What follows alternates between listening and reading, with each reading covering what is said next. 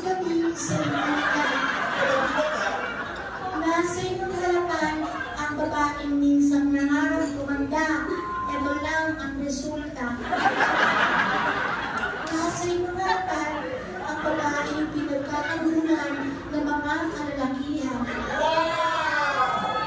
Ang babaeng magpapainit sa malalamig niyong katawan. At ang babaeng papawi. At ang babaeng papawi sa uhaw ng inyong mga lalamunan. Ako po si Lola Remedios.